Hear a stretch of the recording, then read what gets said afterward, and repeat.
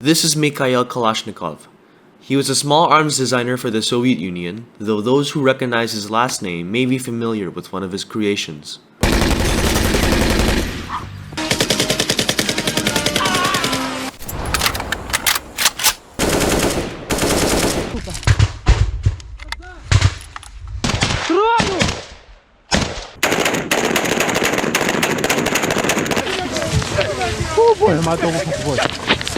This is the AK-47. It stands for Automat Kalashnikova, or Kalashnikov's automatic, and was invented in 1947. I'd tell you more about it, but the gun isn't our main topic. I'll talk about it later, don't worry. Mikhail Timofeyevich Kalashnikov was born on November 10, 1919, in the village of Korea, Russia. He was born in a peasant family to Alexandra and Timofey Kalashnikov and had 18 siblings. Around this time, the Soviet Union was formed, enforcing collectivization and expropriation of property. Kalashnikov's family were labeled kulaks, a term that referred to wealthy peasants who owned lots of land. In 1930, they were exiled to a village in the Siberian taiga. Many of Kalashnikov's siblings didn't make the journey, and his father passed away after arriving in the village. They were able to hunt and farm in their new home, where Kalashnikov took up hunting using his father's rifle. Kalashnikov took an interest in technology, bringing home bits of machinery and tinkering with them. He was also interested in poetry and wanted to become a poet. After finishing the 9th grade in 1936, Kalashnikov returned to his home village and worked as a technical clerk at the Matai train station. In 1938, Kalashnikov was conscripted into the Red Army, going through tank training and became a driver. He showed off his mechanical engineering skills during his time in the military, creating an engine runtime meter, which was widely adopted in the Red Army's tanks. He also invented an attachment for the TT-30, which was the standard pistol for tank crews to effectively defend from enemies outside. After Nazi Germany invaded the Soviet Union in 1941, Kalashnikov was assigned to a frontline tank unit, serving as a commander in a T-34 tank.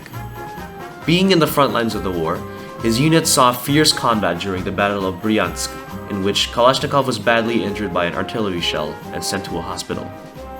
During his stay in the hospital, Kalashnikov pondered over the idea of a new submachine gun for the military. The Germans had superior submachine guns, using the reliable MP-40 as their standard. Kalashnikov heard complaints from fellow soldiers about the unreliability of Russian submachine guns and studied gun design from various textbooks and manuals. He was released a year later and sent back to Matai station to work, designing a new gun in his spare time. In 3 months, Kalashnikov created his first prototype and submitted it to the Central Committee of the Communist Party. Although his prototype didn't meet the requirements and wasn't accepted, Kalashnikov's talent as a gunsmith didn't go unnoticed and was sent to work on small arms research. He continued to improve his submachine gun, joining a firearms design competition to get the gun approved. Unfortunately, after competing with 3 other gun designs, he didn't make it. To figure out what was wrong with his weapon, he studied his competition results and the other designs, concluding that the priority was simplicity and reliability. His previous design would form the groundwork for a new assault rifle, taking inspiration from German and Allied weaponry, and competed again in 1947. His rifle was dunked into water, buried under sand, and went through all kinds of hell. His design won the competition, being able to fire even in all these conditions. In 1949, the AK-47 was officially adopted by the Red Army, and Kalashnikov was awarded the Stalin Prize for Industrial Work. Over the course of his career, he went on to design more guns based on the original AK-47 system, and win many awards for his contributions to the Soviet Union. So, the AK wasn't the only thing that he made, right? Yeah, definitely. Springboarding from the original AK system, he made other variants of guns. The AK-47 was made of milled steel, which was a pain to mass produce. To remedy this, the AKM was made, M standing for modernized. It was made of stamped sheet metal, making it lighter and easier to manufacture. Kalashnikov made other variants of the AK system. He made a light machine gun, built for better range and sustained fire, and even a shotgun using the AK platform. In 1964, the US military adopted the M16, an assault rifle made of aluminum and plastic. It was significantly lighter than the AK, making it more convenient, but most importantly, it had better ballistics. The M16 used a smaller bullet, which resulted in lower velocity. To counter this, the AK-74 was adopted, which was chambered in a smaller 5.45 by 39mm round. This was made in, you guessed it, 1974. Despite Cold War tensions, Kalashnikov met with the creator of the M16, Eugene Stoner, to discuss their passion for small arms. They even tested each other's rifles at a gun range.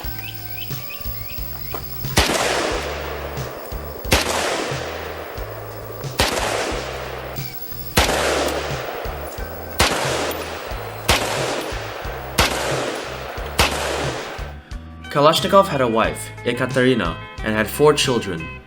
His wife was an engineer and actually helped him with designing. His son Viktor Kalashnikov also became a gun designer and helped design the Bison and the Vityaz. Fruit doesn't fall far from the tree. The AK became one of the most popular guns in the world. An estimated 100 million AKs and other variants have been produced. About 50 countries adopted the AK as their standard infantry weapon. Mozambique's flag even has an AK on it. It was just so reliable and simple that even a child could operate it, and in some parts of the world, they do. According to Kalashnikov, he didn't intend for the weapon to be used in conflicts around the world. He also wasn't motivated by money, but motivated by service for his country. Do you reckon that Kalashnikov ever regretted making his weapon?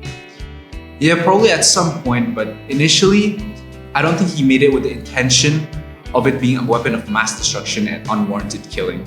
He was just an inventor and engineer at heart who wanted to make an invention for the servitude of his country. I created the weapon to defend the fatherland's borders. It's not my fault that it was sometimes used where it shouldn't have been. This is the fault of politicians, Kalashnikov said during an award ceremony at the Kremlin in 2009. He passed away on December 23, 2013 at the age of 94. In 2012, Kalashnikov wrote a letter to the Russian Orthodox Church, remorseful for having invented a rifle that was used in countless wars and conflicts, killing millions. I keep having the same unsolved question. If my rifle claimed people's lives, then can it be that I, a Christian and an Orthodox believer, was to blame for their deaths?